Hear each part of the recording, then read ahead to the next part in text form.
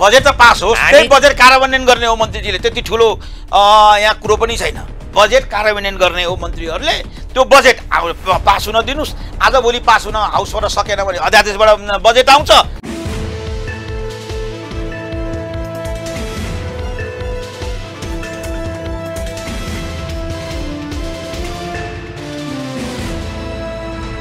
नमस्कार दर्शकवृन्द, कार्यक्रम चक्रव्यूहमा हार्दिक स्वागत छ। म हिमाल बस्नेत। दर्शकवृन्द, आज हाम्रो कार्यक्रम हुनुहुन्छ जनता समाजवादीका केन्द्रीय सदस्य अर्जुन थापा। दर्शकवृन्द, आज संसदको अधिवेशन बस्दैछ। नेकपा एमालेका अवरोधका कारण पटक पटक रोकिएको र अध्यादेश जुन बजेट सम्बन्धी अध्यादेश रोकिरहेको छ र अहिले देशमा बजेट होलिडे चलिरहेको छ।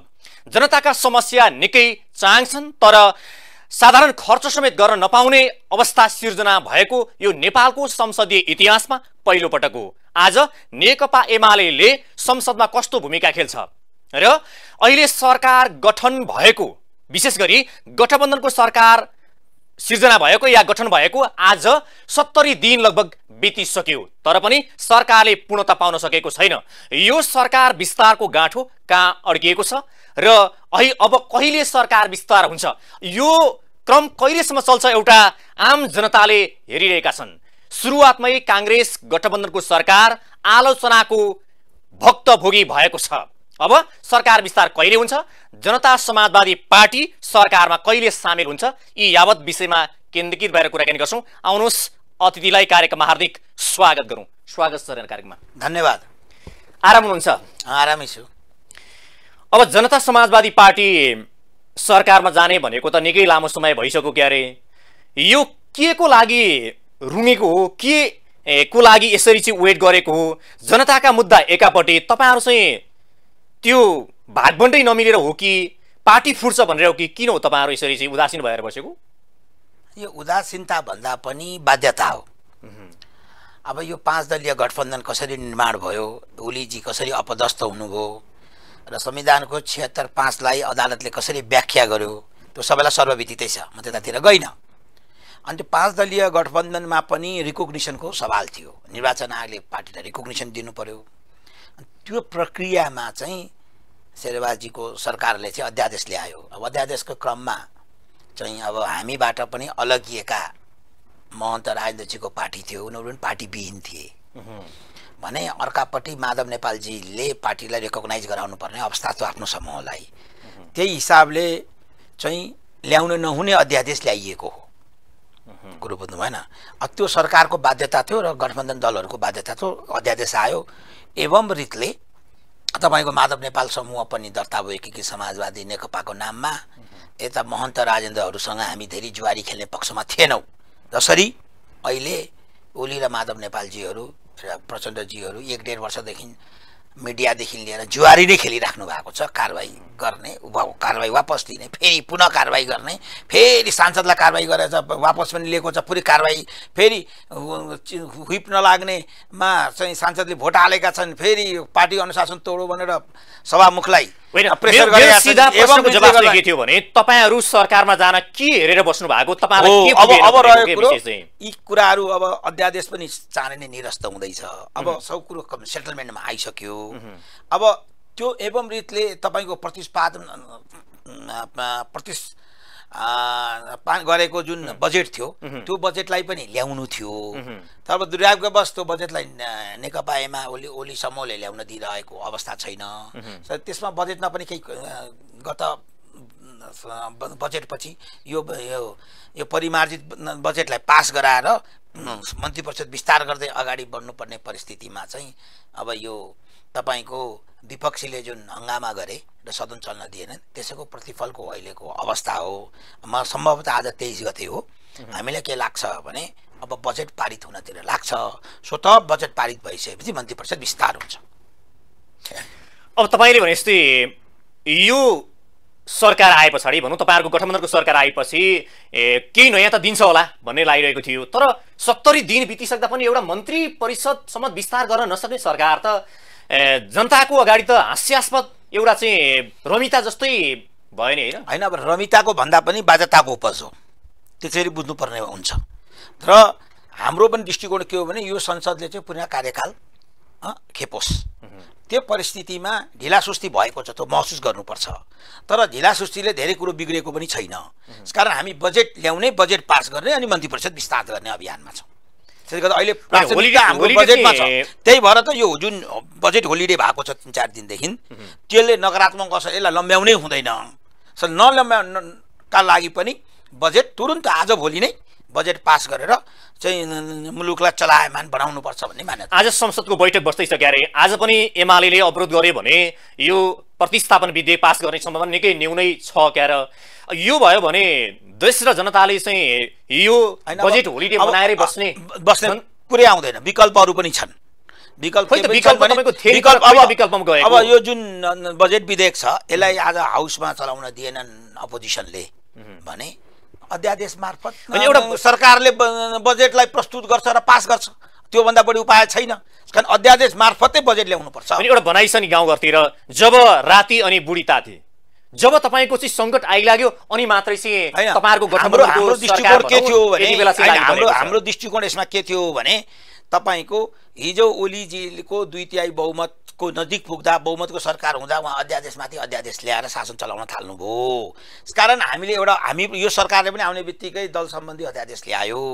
अब हाउस चलिरहेको छ, अध्यादेशबाट मुलुक नचलाउँ हाउस बन्द गरेर भनेर हामीले यो बजेट सम्बन्धी विधेयकलाई पनि हाउसबाट छलफल गरेर पास गरौँ भन्ने हाम्रो दृष्टिकोण थियो। तर अब के अरे विपक्षीले चाहिँ संसदै चल्न नदिइसकेपछि सरकारको एउटै उपाय छ, उनले आज हाउस चल्न सकेन भने संसद चल्न त दिएन। तर तपाईँहरूले 4-5 दिनको ग्यापमा किन तपाईँहरूले संसद बैठक चाहिँ 4-5 दिनको ग्याप किन राखिएको थियो भने विपक्षी दलसँग नेगोसिएसन हुन सक्छ र हाउस चल्ने वातावरण बनाउन सकिन्छ भन्ने थियो। तर उहाँहरू एकलौटी सभामुखमाथि चाहिँ सभामुखलाई महाभियोग लगाएर हटाउन पनि सक्नुहुन्न, हाउस पनि चल्न दिनुहुन्न र सभामुखमाथि दोष थोपर्नुहुन्छ। तर त्यसले गर्दाखेरि अब आज हामीलाई के आज पनि हाउस चल्न दिएन भने अध्यादेश मार्फत सरकारले बजेट ल्याउँछ। होइन, तपाईँले भने जस्तै यो बजेट होलिडे आउन नदिन तपाईँहरूले पहिले तपाईँको गठबन्धनको सरकारले अगाडि नै त्यत्रो समय सधैँ विचार गर्नु पर्थ्यो, यस्तो अवस्था आउँछ कि भनेर। दोस्रो कुरा, यो बजेट होलिडे हुनु पूर्व नै जुन संसद विघटन गरेर संसद त्यो अधिवेशन अन्त्य गरेर नयाँ अध्यादेशद्वारा ल्याउन सक्दैन थियो त बजेट? हो, सकिन्थ्यो, तर यो अध्यादेशबाट मुलुक चलाउनु हुँदैन। चलिरहेको सदनबाट नै बोलाइएको सदनबाट नै बजेट विधेयक पारित गर्नुपर्छ भन्ने मान्यता जुन सरकारले राख्यो नि, गठबन्धनले राख्यो, त्यसलाई विपक्षीले अब अवरोध गरे। अब सरकारसँग आज पनि भोलि पनि अवरोध हुन्छ भने सरकारसँग विकल्प छैन, उसले अध्यादेश मार्फत पनि बजेट प्रस्तुत गर्नुपर्छ। अनि मैले अहिले एउटा तपाईँलाई उदाहरण दिएँ नि, यति बेला हो त यो विचार गर्ने समय। हेर्नुहोस् त, यत्रो 4-5 दिन 7 दिन चाहिँ देशलाई एउटा बजेट होलिडे राख्दाखेरि जनताका समस्याहरू, जनताका तमाम त्यस्ता चाहिँ दैनिकीहरूमा कति ठुलो असर परेको छ, त्यसमा तपाईँहरूले बेलैमै विचार गर्नुपर्ने हो नि। अब होइन, महिना दिन बितेको भए धेरै असर पर्थ्यो होला, 4-5 दिन त्यति ठुलो असर परिसकेको छैन। तर अब चाहिँ त्यो दिनानुदिन दैनिक प्रशासन चलाउन पनि अब अप्ठ्यारो पर्छ। आज र भोलिमै सरकारले या त बजेट विधेयकबाट संसदबाट पास गरेर अगाडि बढाउँछ या त अध्यादेश। नेकपा एमाले भनिरहेको छ हाम्रा 14 जना सांसदहरूलाई हिजो अहिले जनता समाजवादी पार्टीका नेकपा एकीकृत समाजवादी पार्टीका 14 जना सांसदलाई कारबाही गरेन भने हामी संसदलाई अवरोध जारी राख्छौँ कि चाहिँ सभामुखले राजीनामा दिनु पर्यो कि चाहिँ यतापट्टि रहेका 14 जना सांसदहरूलाई कारबाही गर्नु पर्यो भनिरहेको छ। अब यो 14 जना सांसदको हकमा उहाँहरू आफै सर्वोच्च अदालत जानुभएको छ नि।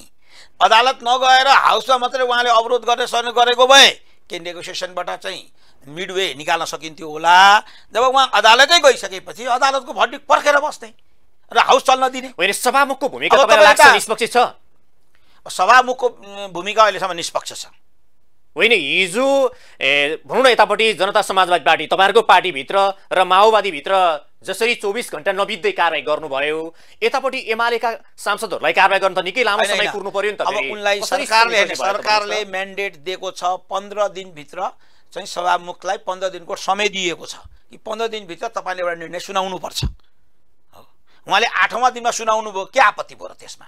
उहाँलाई लाग्यो कि मैले अरू छलफल गर्नुपर्छ, अरू डिस्कसन गर्नुपर्छ, अरू वेट गर्नुपर्छ परिस्थितिलाई म्याच्योर बनाउनुपर्छ, परिस्थितिलाई म्याच्योर बनाउनु हो, 8औं दिनमा तय गर्नुभयो, के आपत्ति भयो र? सभामुखको काम त सूचना टास्क अब सूचना टास्कमा उहाँलाई 15 दिनको समय जब नियावलीले दिइसकेपछि उहाँले 8औं दिनमा गर्नुभयो। एमालेका सांसदहरू या एमालेका नेताहरूले भनेको पनि हो कि एमाले मतलब सभामुख न्यायाधीश हो विचार गर्नलाई, त्यो हेर्नलाई, जाँच्नलाई, त्यसलाई चाहिँ मूल्याङ्कन गर्नलाई। न्यायाधीश हो जब उसमा सभामुखको सामुन्ने मुद्दा आइसकेपछि 14 जनालाई कारबाही गर्नुपर्छ जस्तो, निलम्बनमा राख्नुपर्छ जस्तो चाहिँ गहन मुद्दा आइसकेपछि सभामुखले त्यसलाई जाँचबुझ गर्ने, परिस्थिति छ छैन भन्ने, अनि परिपक्व परिस्थितिको बेला उहाँले निर्णय गर्ने।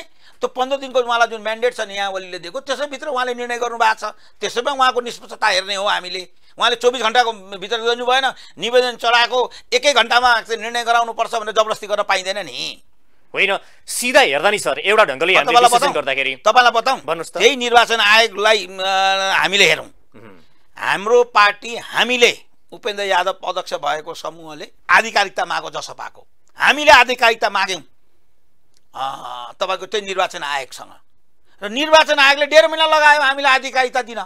1.5 महिना लगायो। महन्त ठाकुर पक्षलाई सोधनी भयो हो, उनीहरूले प्रत्युत्तर खापे, अनि त्यसपछि संवैधानिक त्यहाँ निर्वाचन आयोगमा इजलास खडा भयो, दुई पक्षको बीचमा वकिलहरूको बहस भयो, अनि उसले निर्णय दियो।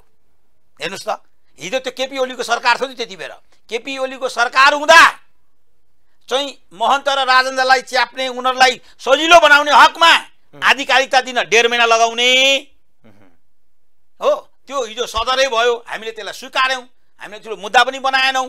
उनीहरूले किताब पल्टाएर देखाउँथे हामीलाई, ल हेर्नु हामीलाई अब यो 15 दिन चाहिन्छ, अब फेरि हामीलाई सोध्न 21 दिन चाहिन्छ, इजलास खडा भइसकेपछि यति दिन चाहिन्छ भनेर 1.5 महिना लगाए।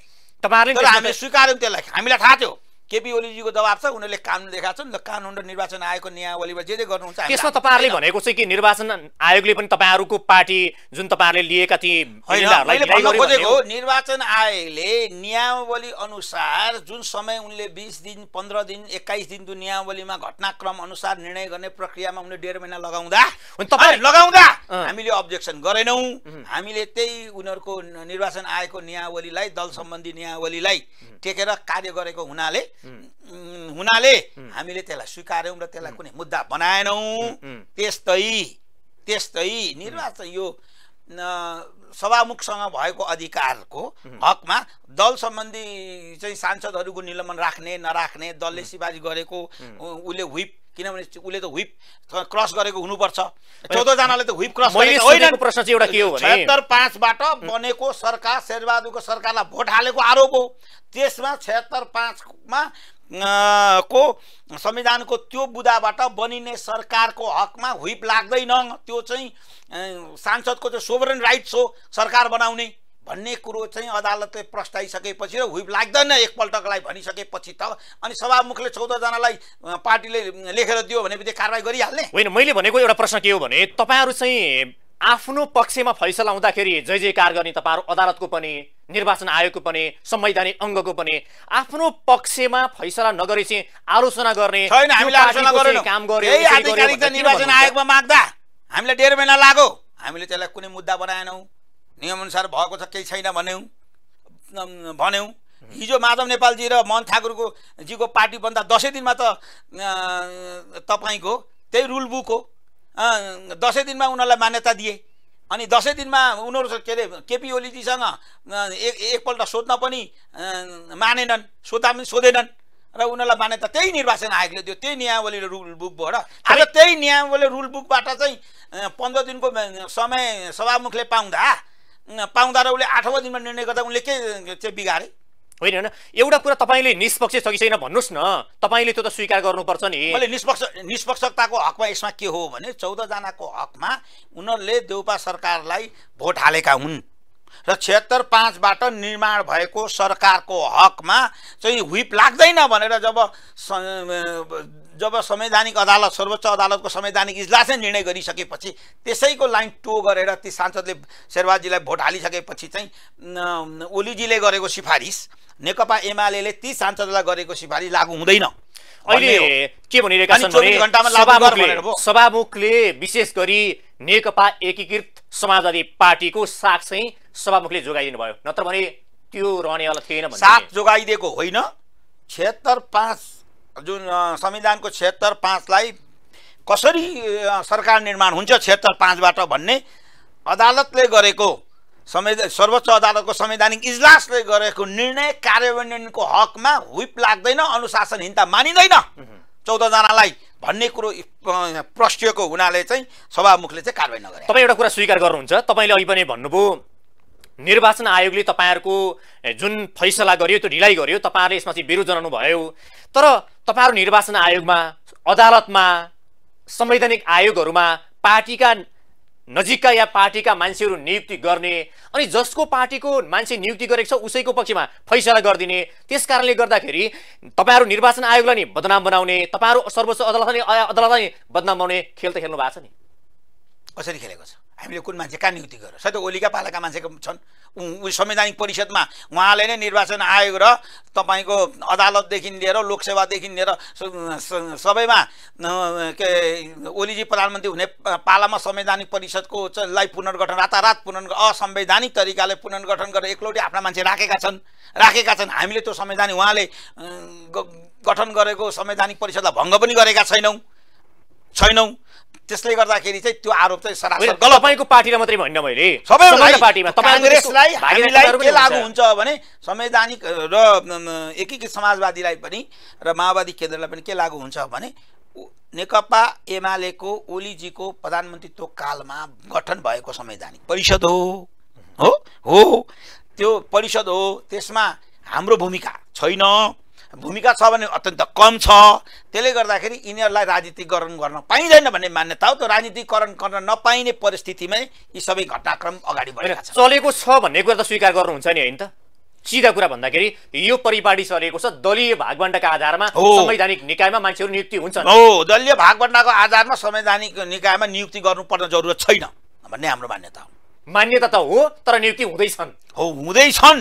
त्यसमा हामीले हाम्रो जनता समाजवादी पार्टीले कुनैको भूमिका खेलेको पनि छैन, खेलेको पनि छैन। खेलेका मान्छेलाई भन्नुस्, खेलेको पार्टीलाई भन्नुस्, नेकपा एमालेलाई भन्नुस्, कांग्रेसलाई भन्नुस्। किन उनले त मिलेर शेरबहादुरजी र हिजो ओलीजी मिलेर चाहिँ शेरबहादुरजीले बहिष्कार गर्दै पनि संवैधानिक परिषदको मिटिङहरू बहिष्कार गर्दै उहाँका केही मान्छे हालिदिने, के अरे सर्वोच्च अदालतका प्रमुख न्यायाधीश चोलेन्द्र शमशेरजीको मान्छे हालिदिने, ओलीजीले आफ्ना मान्छे भर्ती गरेर त बनायो त संवैधानिक परिषद। त्यो त भङ्ग गर्नुपर्छ भन्ने हाम्रो मान्यता हो। त्यो चाहिँ असंवैधानिक तरिकाले संवैधानिक परिषदलाई पुनर्गठित गरेर त्यति बेला जुन चयन गरिएको छ, मनोनित गरिएको छ संवैधानिक परिषदमा 30-32 वटा सिट जुन भरिएको छ त्यो गैर संवैधानिक हो। त्यो चाहिँ सबै निलम्बन हुनुपर्छ र त्यो खारिज हुनुपर्छ भन्ने मान्यता हो जनता समाजवादी पार्टी। तपाईहरू जसरी विरोध गर्नुहुन्छ, विशेष गरी तपाईहरू संवैधानिक निकायमै अरू चाहिँ विभिन्न ठाउँमा तपाईहरुका नियुक्ति नसी विरोध गर्नुहुन्छ, त्यो विरोध के कारण भने तपाईहरुलाई भाग नपाएको कारण हैन। हामी अपोजिसनमा थियौं, भाग पाउने नपाउने सवालै भएन, भाग खोजी हिँडेका पनि होइनौं। कांग्रेस अब हामी सत्ताधारी सरकार अब केपी ओलीसँग एक किसिमको सम्बन्ध एक किसिमले गाडा बनाउँदै गएको थियो, त्यति बेला त भइरहेको थियो। हामी बसेका थियौं, के रे तपाईको ओलीजी नेतृत्वको प्रधानमन्त्रीको कालमा हाम्रो अध्यक्ष उपेन्द्र यादवजी दुईटा मन्त्रालयले हामी नगएको होइन, तर हामी जति जो बस्यौं यसमा संवैधानिक परिषदका नियुक्तिहरू पनि भएनन् र हामी बस्दासम्म ओलीजीले धेरै ज्यादती पनि गर्न पाउनु भएको थिएन। हामी निक्लिसकेपछि अनि उहाँको ज्यादती सुरु भयो, अनि पार्टीभित्र पनि उहाँको के अरे झगडा सुरु भयो, अनि विपक्षीहरूसँग त उहाँको चाहिँ दूरी त छँदै थियो। एउटा मधेस केन्द्रित दलहरूलाई विशेष के आरोप लाग्ने गरेको छ भने तपाईहरू कुनै पनि राष्ट्रिय मुद्दाहरू आयो भने यहाँबाट तपाईहरू सिधै भारतीय नेताहरूसँग कनेक्सन गरेर यो कुरा चाहिँ तपाईहरू त्यहाँ चाहिँ जोडेर राष्ट्रियताको विषयमा यही देशमा बसेर छलफल गर्ने भन्दा पनि त्यहाँ दिल्लीमा पुग्नुहुन्छ भन्ने आरोप छ नि। अब मधेस केन्द्रित दल भने कसलाई तपाईँले इङ्गित गरेको त्यो चाहिँ मलाई थाहा छैन। जनता समाजवादी पार्टी भनेको राष्ट्रिय दल हो, त्यसरी बुझ्नुस्। हाम्रो बेस जनआधार भनेको 2 नम्बर प्रदेश लगायत मधेसमा छ। पहाडमा जनआधार हाम्रो अझै कमजोर छ, त्यसलाई बढाउनु पर्ने हाम्रो उद्देश्य हो। त्यसले गर्दाखेरि तपाईँले मधेस केन्द्रित दल भनेर चाहिँ हामीलाई मुक्त पाउनुहुन्न। अर्कै कुरा अब रहेको जहाँसम्म विदेशी प्रभावको कुरो हो, जनता समाजवादी पार्टीले विदेशी प्रभावबाट मुक्त हुने मूल्य चाहिँ के चुकायो भने महेन्द्र र राजेन्द्रको बर्मिगमन चाहिँ हामीले त्यो मूल्य चुकाएका हौं। मूल्य चुकाउने पार्टी हो जनता समाजवादी पार्टी। जनता समाजवादी पार्टीले विदेशी प्रभावबाट मुक्त हुनका लागि यो डिभिजनलाई यो विभाजनलाई पनि हामीले स्वीकार गरेको। तपाईहरु यो संविधान मान्नुहुन्छ कि मान्नुहुन्न? संविधानलाई हामी आलोचनात्मक ढङ्गले यो संविधानमा परिमार्जन पुनर्लेखन संशोधन आवश्यक छ भन्ने कष्ट मात्रै मान्छौँ। अनि संविधानलाई आलोचना गर्ने अनि त्यही संविधानमा रहेर मन्त्री बन्ने, तपाईहरु सांसद बन्ने चाहिँ किन गर्नुहुन्छ? यो संविधानमा कमी कमजोरी छ भन्न पाइन्छ नि त। स्वीकार्दै पनि कमी कमजोरी छ भन्न पाइन्छ। यो संविधान जारी हुँदा हामी आन्दोलनमा छौँ, सडकमा छौँ, हाम्रो सैकडौँ साथीहरू शहीद भए, त्यो पनि सर्वविदितै हो।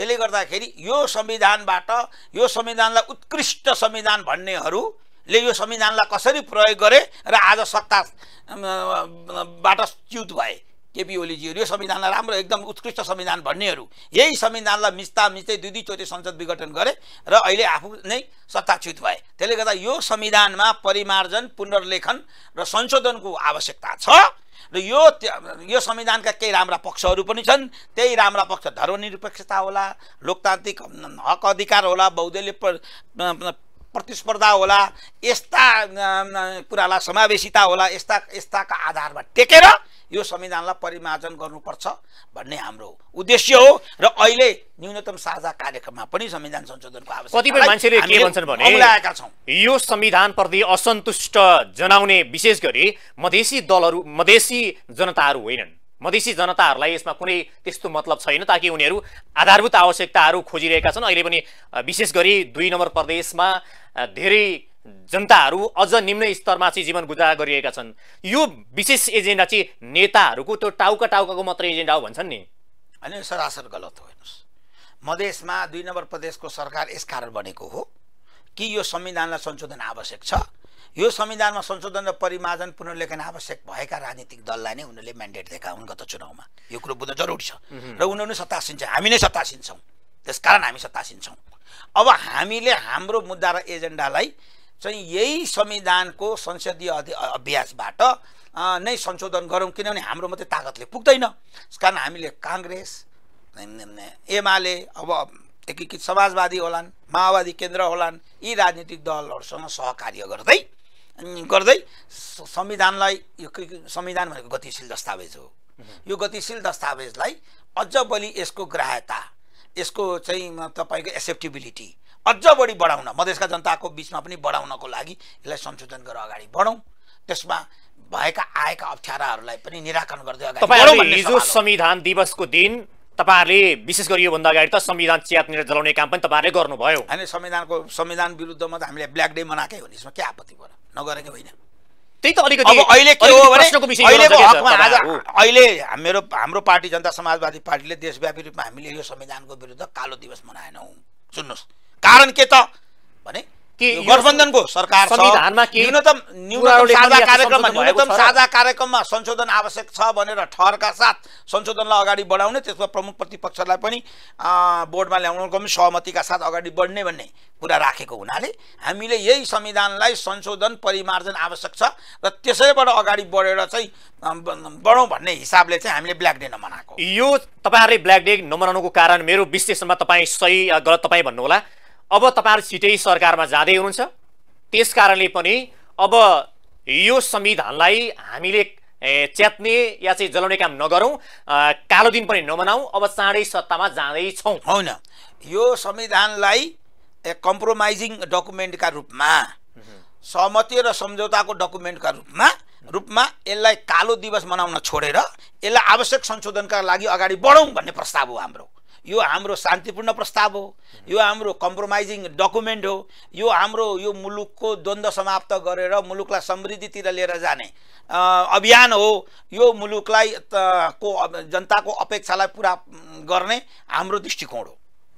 होइन, तपाईहरुले योभन्दा अगाडि गरेको संविधानकै कुरा हिजो मात्रै हामीले संविधान दिवस मनायौँ होइन, देश नेपाली जनताले मनाए, कतिपयले अहिले तपाईहरुले पनि विरोध गर्नुभयो।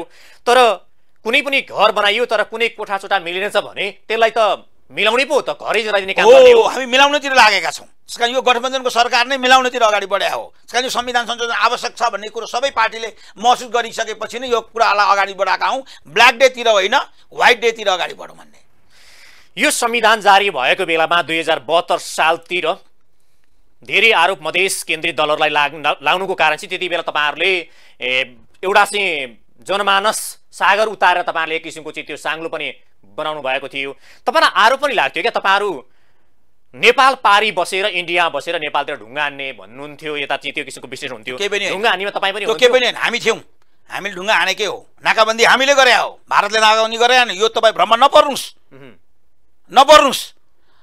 मधेसका जनता उठेका हुन्, उनीहरू बोर्डरमा बसेका हुन् हो। हिजोको 7 सालको क्रान्तिमा त्यही भारतबाट हामी सहयोग लिन्थ्यौँ, त्यही भूमि प्रयोग गर्थ्यौँ। माओवादी केन्द्रका नेताहरू सब भारतमै भेटिन्थे, उनीहरूले आन्दोलन सशस्त्र आन्दोलन गरिरहँदा भन्दाखेरि हिजोका आन्दोलनहरूमा भारत र विश्व समुदायबाट हामीले 75 आन्दोलनमा समर्थन लिँदा भयो। हामीले बोर्डरमा बस्दाखेरि र सरकारलाई झुकाउँदा दबावमा राख्नका लागि हामीले शान्तिपूर्ण आन्दोलन गर्यौँ। हामीले हतियार त उठाएका नेपालकै भूमिमा बसेर हामी भारतको भूमिमा बसेर गरेकै होइन। त्यसले देशमा तपाईको त्यो संविधान जारी भइराख्दाको जुन हाम्रो आन्दोलन थियो, त्यो आन्दोलनले चाहिँ देशमा प्रशासनिक दमन हुँदै पनि हामी शान्तिपूर्ण तरिकाले आन्दोलन गरेका हौँ। नेपालकै बोर्डरभित्र बसेर गरेका हौँ। नेपालको बोर्डरभित्र बस्दाखेरि ट्रेडको आवत हुँदैन भने त्यो सरकारले जान्ने कुरो हो नि। हामीसँग त सहमतिका साथ सम्झौता गर्नु पर्यो नि, दमन गर्ने। भनेपछि 72 सालमा नाकाबन्दी गर्ने भारतले होइन, नेपालकै त्यति बेला तात्कालिक मधेसी मोर्चाले आन्दोलन गरेर काठमाडौँको सत्ता र ठुला राजनीतिक दल नेकपा, नेपाली काङ्ग्रेस, नेकपा एमाले, नेपाली काङ्ग्रेस, माओवादी केन्द्रलाई झुकाएर संविधान संशोधनबाट आवश्यक रूपमा यो संविधानको स्वीकार्यता बढाउनको लागि गरेको अभियान हो।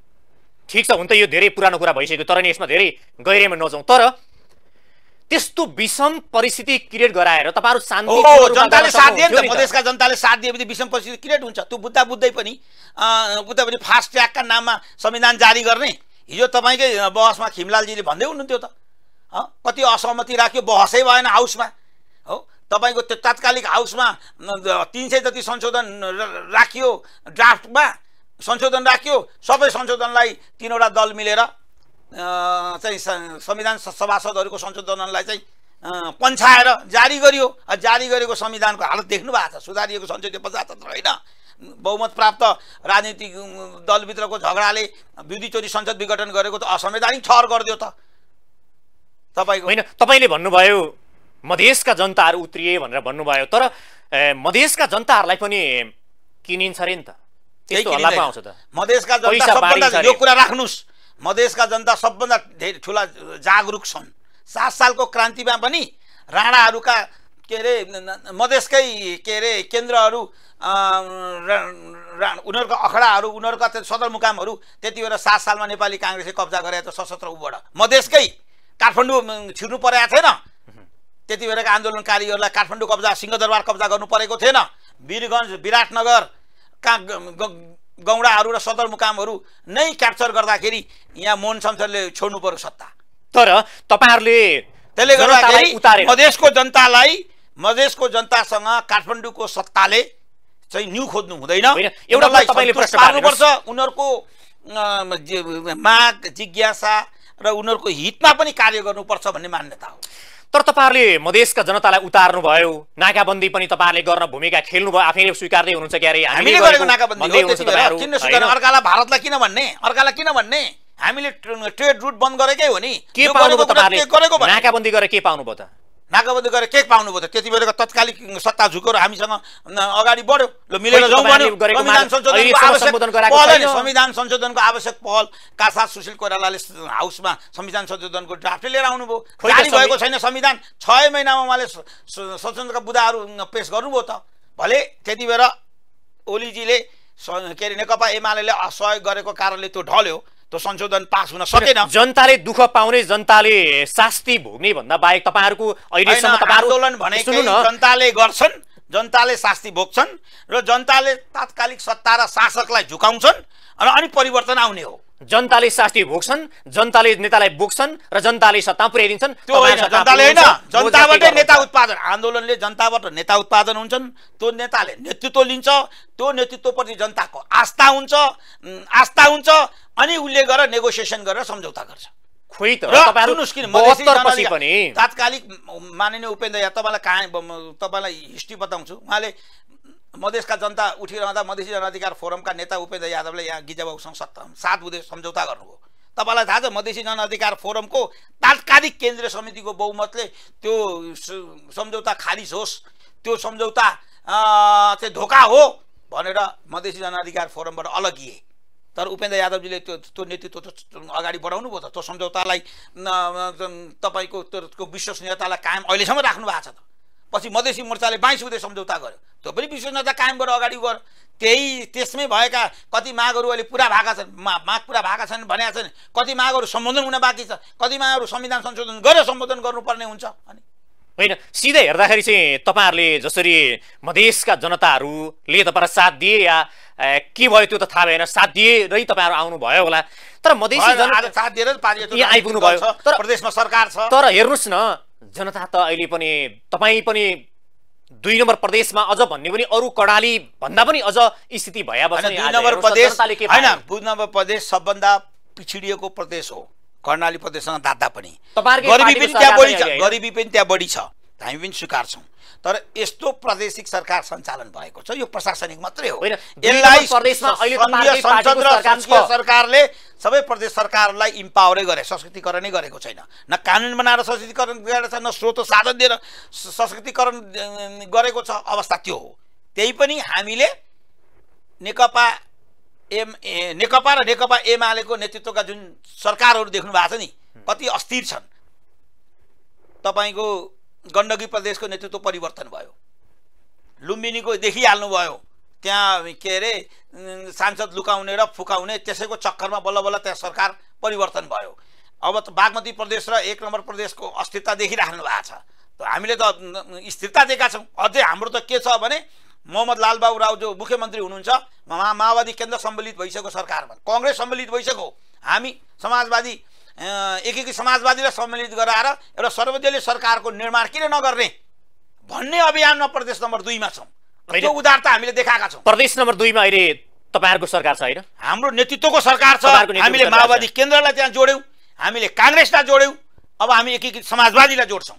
त्यहाँका जनताको जीवन स्तरमा, त्यहाँका जनताका सवालमा काम गर्न चाहिँ किन नसकेको तपाईहरुको सरकारले? काम गर्न गरिरहेको काम चाहिँ गर्न नसकेको छैन भन्ने तपाईले यहाँ आरोप लाएर भनेर त भएन नि। होइन, यहाँ सवाल के छ भने पर्फर्मेन्स लेभल राम्रो भएर त आज मोहम्मद लालबाबु राव जो चिफ मिनिस्टर हुन्छ उसको नेतृत्वमा अन्य पार्टी पनि त जोइन गरे, अन्य पार्टी पनि सरकारमा जोइन गरे। नभए उनीहरूले परिवर्तन माग गरिहाल्थे नि, यो चिफ मिनिस्टर हटाउनुस्, यो सरकार ठिक भएन, अर्कोलाई ल्याउँ भनिहाल्थे नि। त्यो त तपाईहरुको भागभण्डा मिलाउनुहुन्छ नि। तर मैले सीधा जनताको प्रश्न सोधेको, तपाईले के काम गर्नु जनताको हकमा सरकार आएर त्यहाँ राम्रो कार्यक्रम के गर्नु? बेटी बचाओ बेटी पढाओ अभियान राखेको छ तपाईको चिफ मिनिस्टरको नेतृत्वमा हो। त्यहाँ दलितहरूको हकमा, किनभने त्यहाँ मधेसमा 2 नम्बर प्रदेशमा ठुलो मधेसी दलितको समुदाय छन्, कुरो बुझ्नु भएन? तिनीहरूको हकमा चिफ मिनिस्टरको नेतृत्वमा कार्यक्रमहरू ल्याइएको छ। त्यसले गर्दाखेरि चाहिँ शिक्षाको स्तरमा त्यहाँ बढी ध्यान दिइएको छ। यही सब हो नि। एकैचोटि रातारात के हुन सक्छ र? भनेपछि तपाईहरुको 2 नम्बर प्रदेशमा तपाईहरुको नेतृत्वको सरकार बनेपछि त्यहाँका जनताहरू खुसी छन्? खुसी छैनन्। स्रोत साधनको कमीमा पनि त्यो सरकारले त्यो सरकारले चाहिँ जनताको हितमा काम गर्न भनेर तत्पर भएर लागेको छ। यतापट्टि संसदमा न त्यहाँ गृह मन्त्रालयको न पुलिस फोर्स बनाउन दिइन्छ, संघीय संसद सरकारले दिएको छैन। कुरो बुझ्नु भएन? जो इन्डिपेन्डेन्स प्रदेश सरकारले पाउनुपर्छ नि, अटोनोमी जो पाउनुपर्छ नि, त्यो अटोनोमी नै पाएको छैन। नपाउँदै पनि काम गरिरहेछन्। तपाईहरुको पार्टी एकता कति समय टिक्यो? 1 वर्ष। अनि त्यसो त हेर्नुस्, त्यसो त हामी मधेसी जनअधिकार एकताको तपाईले यसरी जोड्नु हेर्नुपर्छ। मधेसी जनअधिकार फोरम र अशोक राई नेतृत्वको समाजवादी पार्टीको एकीकरण भयो, संघीय समाजवादी फोरम बन्यो। संघीय समाजवादी फोरम र नयाँ शक्तिको बीचको एकीकरण भयो अनि समाजवादी पार्टी नेपाल निर्माण भयो। अनि समाजवादी पार्टी निर्माण भइसकेपछि अनि तपाईको राष्ट्रिय जनता पार्टीसँग हामीले एकीकरण गर्यौं। त्यो जनता समाजवादी पार्टी बन्यो र जनता समाजवादी पार्टीको आधिकारिकता हामीसँग छ। र आजको मितिमा 30 वटा जम्मा हिजो संघीय समाजवादी फोरमका नाममा 30 वटा मात्रै हामीसँग सभासद थिए। अनि हामी आज आजको हकमा हामीसँग 42 जना सभासदहरू छन् र अहिले पनि हामीले एकीकरण पछि जुन फेरि डिभिजन चाहिँ महन्त र राजेन्द्रजीले गरे, ओलीजीको उक्साहटमा लोभमा जे भनौँ गरे, त्यसमा उहाँहरूसँग धेरै साथीहरू गएका छैनन्। उहाँहरू पार्टी दर्ता गर्न पाउनुभयो, त्यति नै हो कुरा। त्यसले गर्दा मलाई एउटा कुरा भन्नुहोस् न त, तपाईँ यो पार्टी वैकल्पिक राजनीतिक दल बन्ने क्रममा एकीकरण बढी भएको छ, डिभिजन छैन। यही एउटा डिभिजन हो। तपाईहरुको पार्टी एकीकरण के को लागि पार्टी एकीकरण गर्नु भएको थियो र के को लागि? जनताको समृद्धि र हितका लागि, राष्ट्रिय शक्ति निर्माणका लागि। तपाईले हामीलाई, मलाई प्रश्न सोध्दा मधेस केन्द्रित दल भनेर एउटा मधेसी समुदाय क्षेत्रीय दलको रूपमा इंगित गर्न खोज्नुहुन्छ। त्यसले गर्दाखेरि यस्तरी प्रश्न गर्नुहुन्छ कि मधेसी जनता चाहिँ 2 नम्बर नागरिक हो नेपालका। त्यसरी मिडिया र राज्य सत्ताले के अरे त्यो आँखाले हेर्छ। त्यसले हामी के भनिरहेका छौँ भने हामी के भनिरहेका अहिलेको संविधानको परिपाटीमा चाहिँ अहिले समावेशी जो निर्वाचन आयोगले समावेशीमा प्रतिनिधि सभा जो भर छ, समानुपातिकमा के अरे तपाईँको समानुपातिक लिस्टहरू पनि जुन भर छ, त्यो राष्ट्रिय स्तरको समुदायगत भएको हुनाले चाहिँ क्षेत्रीय राजनीतिक दल अब धेरै टिक्न सक्दैन। यसले राष्ट्रिय स्वरूप लिनुपर्छ। राष्ट्रिय स्वरूप लिने क्रममा हाम्रा 2टा पार्टीसँग एकीकरण भयो। तेस्रो पार्टीसँग एकीकरण हुँदाखेरि त्यो सफलता प्राप्त गर्न सकेन, तर अभियान हाम्रो जारी छ। त्यसकारण आज हाम्रो नेतृत्वको अनुहार समावेशी देख्नुहुन्छ। तपाईँ डाक्टर बाबुराम भट्टराई देख्नुहुन्छ, खसारी समुदायबाट, जनजाति समुदाय अशोक राई देख्नुहुन्छ, मधेस समुदायबाट उपेन्द्र यादव देख्नुहुन्छ। तपाईँ मधेसी समुदायको कुरा बढी गर्नुभयो, म पहाडे अर्जुन थापा तपाईँसँग त्यसको पक्षमा बहस गरिरहेका छु भनिसकेपछि हाम्रो पार्टी समावेशितालाई आधार मान्दै नेपालको जस्तो विविधता छ त्यस्तै विविधतालाई चाहिँ राजनीतिक दलमा पनि नेतृत्वमा पनि देखिनुपर्छ। कांग्रेस, एमाले, माओवादी केन्द्र जस्तो एउटै समुदाय, खस आर्यकै समुदायको बाहुल्य रहेको नेतृत्व हुनु हुँदैन। समावेशिताको आधारमा पार्टी नेतृत्व र पार्टीको र्याङ्क एन्ड फाइल चाहिँ विकसित एउटा प्रश्नको मलाई जवाफ के दिनु भने तपाईँ पाहाडीय हुनुहुन्छ अनि तपाईहरुको पार्टीले चाहिँ एक प्रदेश एक मधेस एक प्रदेशको माग चाहिँ किन राखेको? त्यो राम्रो छ नि। नेपालको तराई जुन भूगोल छ, त्यो भूगोलमा एउटा प्रदेश हुँदा के आपत्ति हुन्थ्यो र? दिएनन् नि। त्यो अनि पछि हामीले त्यसलाई परिमार्जन गरेर 2 प्रदेशमा आयौँ, त्यो पनि दिँदैनन्। अनि नेपालमा सबभन्दा बढी जनसङ्ख्या त्यही 17% भूमिमा छ, 51% जनसङ्ख्या भइसके मधेसमा। तपाईलाई थाहा छ जनताको समावेश गर्ने, भूगोलको समावेश गर्ने, पहाडबाट अहिले पनि मधेसमा ठुलो माइग्रेसन छ। त्यसले गर्दाखेरि मधेसमा तपाईले 2टा प्रदेश राख्नुस्, एउटा प्रदेश राख्नु, आपत्ति केही पनि छैन। राख्नु भएन, राख्नु भएको छैन, हाम्रो संघर्ष जारी छ। तपाईहरु भन्नुहुन्छ हरेक क्षेत्रको समावेशिता हैन र? अनि यो भूगोलको चाहिँ तपाईहरु किन समावेशिता कुरा गर्नुहुन्न? भूगोलको समावेशिताको कुरा के थियो भने मधेस र थारूहरूको ठुलो जनसङ्ख्या मधेसमा रहेको हुनाले उनीहरूको पहिचानको आधार मानेर चाहिँ कमसेकम 2टा प्रदेश बनाऊ। तपाईहरुको एजेन्डा अहिले यो पनि छ हैन त? एक प्रदेश एक मधेस भनेको त त्यो एजेन्डा छैन अहिले हामीसँग। छोड्नु भयो? छोडेकै छैन हामीले 10+1 हाम्रो प्रादेशिक एजेन्डा हो। 10+1 11 प्रदेश हुनुपर्छ भन्ने। 11 प्रदेश हुनुपर्छ भने हाम्रो चाहिँ 10 प्रदेश हो, 1 प्रदेश गैर भौगोलिक प्रदेश रहनुपर्छ भन्ने हाम्रो मान्यता हो। यही 7 प्रदेश त बढी भइरहेको छ भनेर भनिरहेका छन्, तपाईहरु चाहिँ किन 11 प्रदेश भन्नुहुन्छ? हैन, त्यसमा हामीले पहिचान र सामर्थ्यलाई आधार बनाएका छौँ। अहिले चाहिँ जुन प्रदेशहरू भएको छन् त्यो पहिचान र सामर्थ्यलाई आधार बनाएकै छैन। हिजो राज्य पुनर्संरचना 2 आयोग बने, त्यो आयोगको रिपोर्ट लागू नै भएको छैन। हालाकि अन्तरिम संविधानमा लेखिएको थियो कि आयोग गठन हुन्छ, उसको सिफारिस लागू हुन्छ भनेको थियो। त्यो हुनै सकेन। संविधान जारी गर्दा हामी त सडकमा थियौँ, हामी आन्दोलनमा थियौँ। अनि हाउसमा बसेर सुभाष नेमान्जीको नेतृत्वमा के संविधान बने सबैको जिम्मा लिने ठेक्का हामीले लिएका छैनौँ। होइन, यो जस्तो समावेशिता कुरा गर्छौँ नि, हामी समावेशिताको कुरा गर्छौँ, तर हामी एक मधेस एक प्रदेश भन्छौँ अनि फेरि हामी भन्छौँ हामी सबै क्षेत्रमा भनौँ या चाहिँ भूगोलको हिसाबमा हामी राजनीति गर्दैनौँ भन्नुहुन्छ। यो मिल्छ त? होइन, भूगोल होइन, पहिचान र सामर्थ्यलाई आधार बनाउँदा भूगोल अनुसार राजनीति हुन्छ। जुन भूगोलमा जुन समुदाय बस्छ त्यसको पहिचानको आधारमा चाहिँ राज्यको नाम दिँदा के फरक पर्दैन। आज तामिलहरू, तमिलनाडुमा तामिल बाहुल्य छ, तामिलहरूको नाममा तमिलनाडु बनाएको छ। केरलाइट्सहरू छन्, केरलामा भाषा अलग छ भएको छ। मणिपुर र मिजोरम हेर्नुहोस्, साना प्रदेशहरू छन्, त्यहाँ उनीहरूको आइडेन्टिटीमा त्यहाँ प्रदेशको नाम करण गरिएको छ। त्यसले गर्दाखेरि पहिचान सामर्थ्यको आधारमा पनि सङ्घीयता ल्याउँदाखेरि प्रदेशको राज्यहरूको नामाकरण हुन सक्छ, अधिकार दिन सकिन्छ, भाषिक स्वतन्त्रता दिन सक्छन्, एउटा राष्ट्रिय भाषा भए पनि अन्य भाषा दिन सक्छन्। तर सङ्घीयतामा गएका कतिपय मुलुकहरू चोइटिएका छन् के? सङ्घीय तपाईँले भन्नु समुदाय एउटा खास सङ्घीयतामा गएका मुलुकहरू नचोइटिनका लागि चाहिँ सङ्घीय संसद र सरकारले उसलाई इम्पावर गर्नु पर्यो, अधिकारबाट इम्पावर गर्नु पर्यो नि। उसलाई के अरे विकासका लागि उसलाई बजेट दिनु पर्यो नि, कर उठाउनका लागि उसलाई स्वतन्त्रता दिनु पर्यो नि। त्यो नदिइकन प्रशासनिक सङ्घीयताको रूपमा एउटा के अरे कठपुतली सरकार राखिदिने, केन्द्रले जति बजेट सङ्घीय संसदले जति बजेट दिन्छ उहाँले भनिसकेपछि त त्यहाँ त विद्रोह हुन्छ नि। त्यो विद्रोह नहुने परिस्थितिमा त त्यसलाई सशक्तिकरण गर्न सक्यो, त्यस भेगका जनतालाई सशक्तिकरण गर्न सक्यो, उनीहरूले आफ्नो त जगाइहाल्छन्, के आपत्ति? मानिलिउँ तपाईँहरूले भने यस्तै 11 प्रदेश भयो, 11 प्रदेशमै तपाईँहरूले भनेकै ठिक, तर देशलाई के फरक पार्छ? के हुन्छ? के विकास हुन्छ? के परिवर्तन आउँछ? त्यसले प्रदेश आफ्नो प्रदेशको नेतृत्व जसको हातमा हुन्छ नि, निर्वाचित हुन्छ, उसले जनतासँग त्यो प्रदेशको अपनत्व चाहिँ फिलिङ गराउँछ। त्यसपछि त्यहाँ भाषिक स्वतन्त्रता भएको हुनाले राष्ट्रिय भाषा बाहेकका त्यहाँका प्रादेशिक भाषाले लेखपढ गर्न होस्, प्रशासनिक काम गर्न होस्, त्यसले महत्त्व पान्छ। त्यसले त्यहाँ त्यो पहिचान पनि र सामर्थ्य जोडिएको हुनाले त्यहाँको उनीहरूको आफ्नो संस्कृति धर्म संस्कृतिलाई उनीहरूले संरक्षण गर्न सक्छन् र राज्यले पनि त्यसलाई सहयोग गर्न सक्छ। यही मुद्दाहरू अहिलेकै अवस्थामा जनप्रतिनिधिहरू त्यो समुदायले आफ्नो जनप्रतिनिधिबाट आफू सुशासित हुन्छन्। अहिलेकै अवस्थामा यही 7 प्रदेशका यही मन्त्रीहरू पाल्न नसकेर राज्य चाहिँ कंगाल हुने अवस्था आयो भनेर कतिपयले त भनिरहेका छन्। अनि त्यो 11 प्रदेश लोकतन्त्रमा जनताको सहभागिता जुटाउनको लागि अलि बढी खर्च हुन्छ, त्यो स्वाभाविक कुरा, त्यसमा केही आपत्ति छैन। तर कुरा के हुन्छ भने तपाईँले सुशासन दिने कि नदिने, त्यसबापत समृद्धितिर मुलुकलाई लिएर जाने कि नजाने। तपाईँ यो प्रशासनिक सङ्घीयता ल्याउने, प्रदेश ल्याउने, अनि खर्च मात्रै भयो, मन्त्रीले गाडी मात्रै चढे भनेर त भएन नि।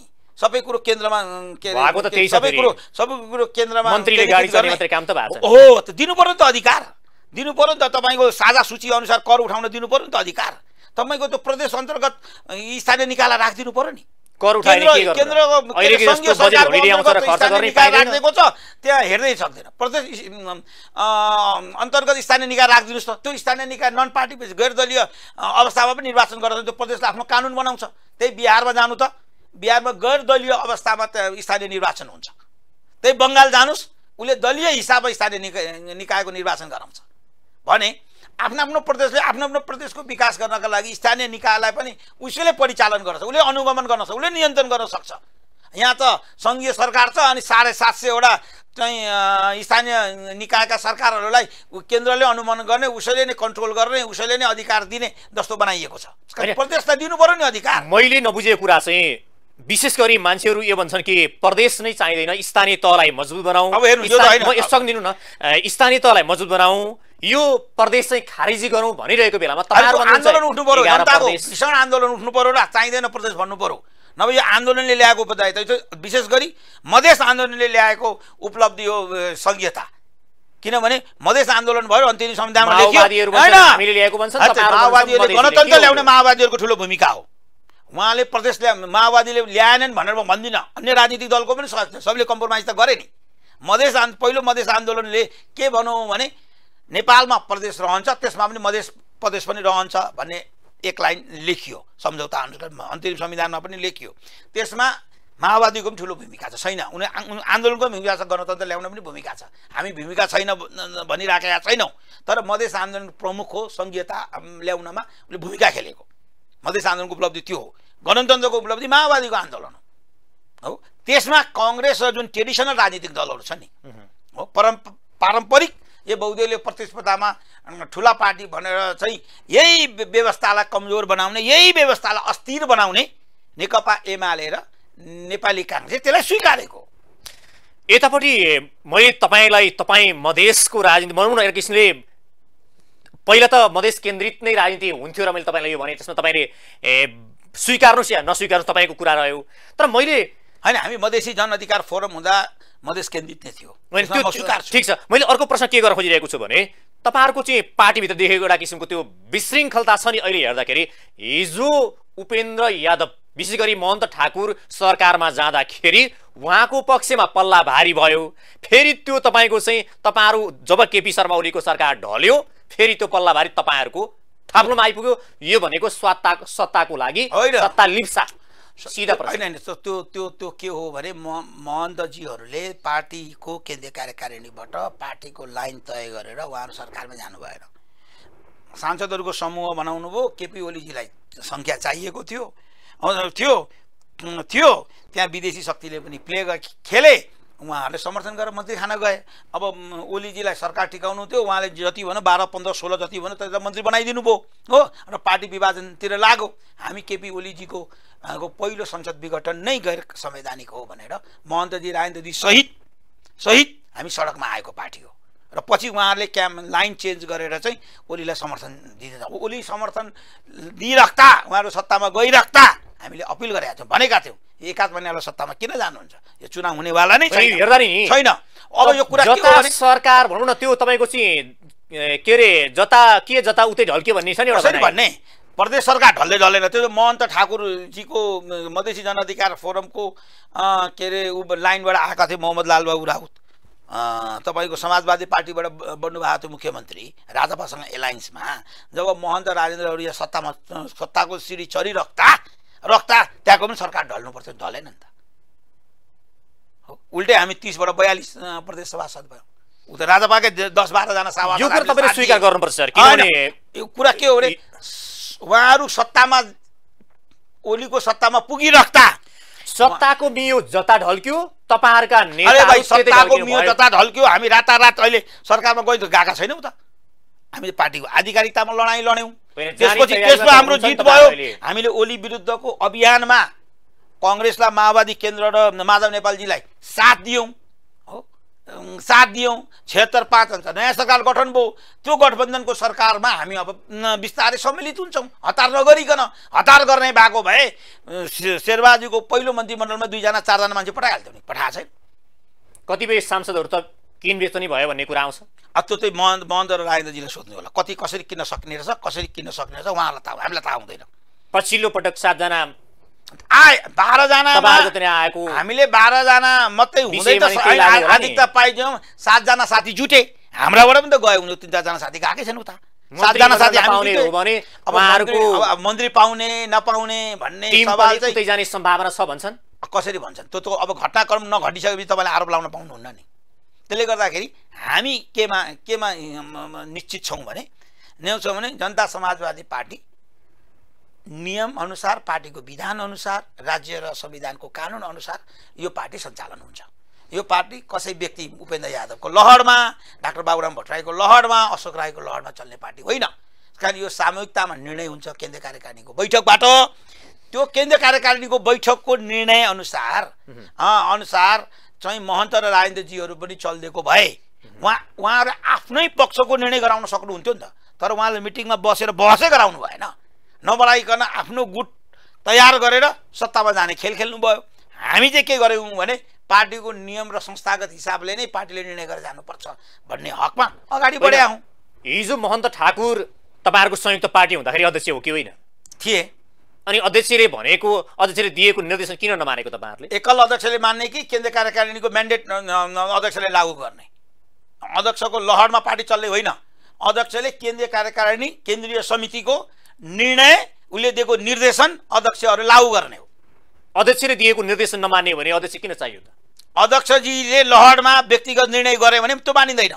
अध्यक्षले केन्द्रीय कार्यकारिणी र केन्द्रीय समितिले जे निर्देशन दिएको छ, जे निर्णय गरेको छ, जे म्यान्डेट दिएको छ त्यो म्यान्डेटले लागू गराउने हो अध्यक्षजीहरूले।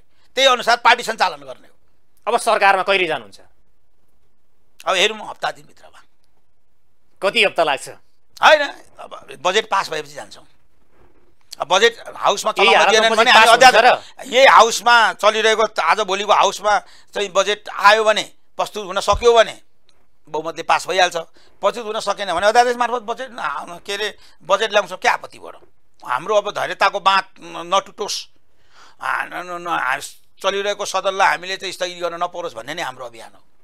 मुख्य कुरा चाहिँ तपाईँहरू सरकारमा जान ढिलाइ गर्नुको कारण चाहिँ अध्यादेश होइन त? मुख्य कारण यो स्वीकार गर्नुहोस्। मुख्य कारण धेरै कारणमध्ये एउटा कारण अध्यादेश हो थियो मेजर कारण थियो हिजो थियो अहिले छैन होइन तपाईहरुभित्रकै कतिपय नेताहरूलाई यहीँ ल्याएर बहस गर्दा के भन्नुहुन्छ भने जब अध्यादेश फिर्ता हुन्छ अध्यादेश खारेजी हुन्छ त्यसपछि मात्रै सरकार गठन हुन्छ भन्ने कुरा नि गर्न त्यही किसिमको आशा व्यक्त गर्नुहुन्छ नि त ठिक छ त त्यही लागू होस् न के आपत्ति पर्यो त हामीले हतार छैन सरकारमा अनि आफ्नै महन्त र राजेन्द्र जस्तो हैन महन्त र राजेन्द्र जस्तो हौसिएर के न ठुलो चीज पाउँछु भनेर सत्तामा जान हामीले हतार छैन शेरबहादुर देउवाले जुन अध्यादेश ल्याउनु भयो यो ठीक थियो कि गलत थियो यो अध्यादेश शेरबहादुरजीको बाध्यता थियो सरकार टिकाएर अगाडि बढ्ने ट्रेन्ड चाहिँ राम्रो होइन बाध्यता भनेको चाहिँ तपाईहरुलाई यो संसदलाई 5 वर्षसम्म टिकाइ राख्ने बाध्यता थियो यो संसद र सरकारलाई टिकाइ राख्ने उहाँको बाध्यता थियो त्यो उहाँको मात्रै बाध्यता थिएन यो हामी गठबन्धनका सबै दलको बाध्यता थियो त्यो बाध्यताको उपज अध्यादेश हो अब घरिघरि मुलुक अध्यादेशबाट चलाउनु हुँदैन भनेर हामी बजेट अध्यादेशबाट ल्याउने प्रयास गरेनौं बजेटलाई हाउसबाट नै पास गर्ने प्रयास गरेको बाध्यता भयो भन्दैमा गलत परिपाटीको सिर्जना गर्न मिल्छ हैन गलत परिपाटी होइन अध्यादेश ल्याउने सरकारलाई छुट छ अनि त्यो पनि बहुमतको सरकारलाई छुट छ त्यतिबेला शेरबहादुर अल्पमतको सरकार भएको भए शेरबहादुर अल्पमतको सरकार भएको भए माइनोरिटी गभर्नमेन्ट भएको भए पो अध्यादेश कसरी ल्यायो कसरी ल्याउँछ भन्ने हो शेरबहादुर बहुमतको सरकार हो उहाँलाई अध्यादेश ल्याउने छुट छ अध्यादेश ल्याउने क्रममा 13-14 वटा अध्यादेश त ओलीजीले मारिदिनु भयो त आफ्नै पालामा ल्याएको अध्यादेश थियो त हाउस चल्न दिएको भए त उहाँले ल्याएको अध्यादेश सबै कानुन बन्थ्यो त टेबल हुँदै थियो त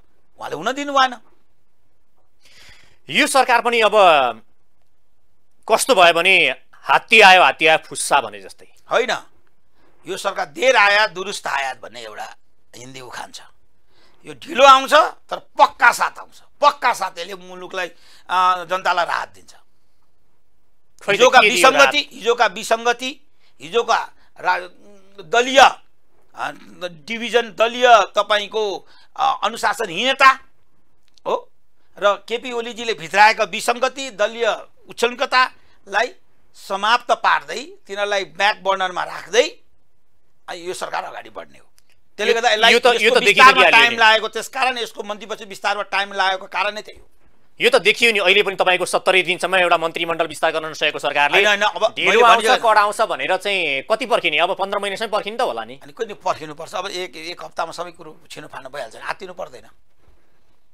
होइन बजेट त पास होस् त्यही बजेट कार्यान्वयन गर्ने हो मन्त्रीजीले त्यति ठुलो यहाँ कुरो पनि छैन बजेट कार्यान्वयन गर्ने हो मन्त्रीहरूले त्यो बजेट पास हुन दिनुस् आज भोलि पास हुन हाउसबाट सकेन भने अध्यादेशबाट बजेट आउँछ अनि मन्त्रीमण्डल विस्तार हुन्छ मन्त्रीहरूले लिएको जिम्मेवारी अनुसार बजेटलाई कार्यान्वयन गर्न अगाडि बढ्नुपर्छ सहमतिमा मिलाएर प्रतिपक्षलाई पनि मिलाएर जान किन नसकेको त एउटा किसिमले छलफल गरेर बजेटको बारेमा छलफल गरेर गर्नु पर्दैन हैन उनीहरुकै ल्याएको बजेटलाई सामान्य हेरफेर गरेका छौं हामीले एकदम ठुलो हेरफेर गरेकै छैन त्यसले गर्दाखेरि प्रतिपक्षी पनि त अनुकूलको बजेट ल्याउनु भयो रे तपाईहरुले आफ्नो अनुकूल प्रतिपक्षले पनि त तपाईको हाउस चल्ने परिस्थितिको निर्माण गर्नु पर्यो नि सभामुखको न्यू देखाएर सभामुखलाई मात्रै एकल टार्गेट राखेर हाउस चल्न नदिने यो जस्तो बेकुफी के हुन सक्छ जानु न महाअभियोग ल्याउनु कसले रोकेको छ र हैन उहाँले गल्ती गरे पछाडी त्यो हाउसको मेजर व्यक्तिले गल्ती गरे पछाडी त उहाँले त्यो स्वाभाविक रूपमा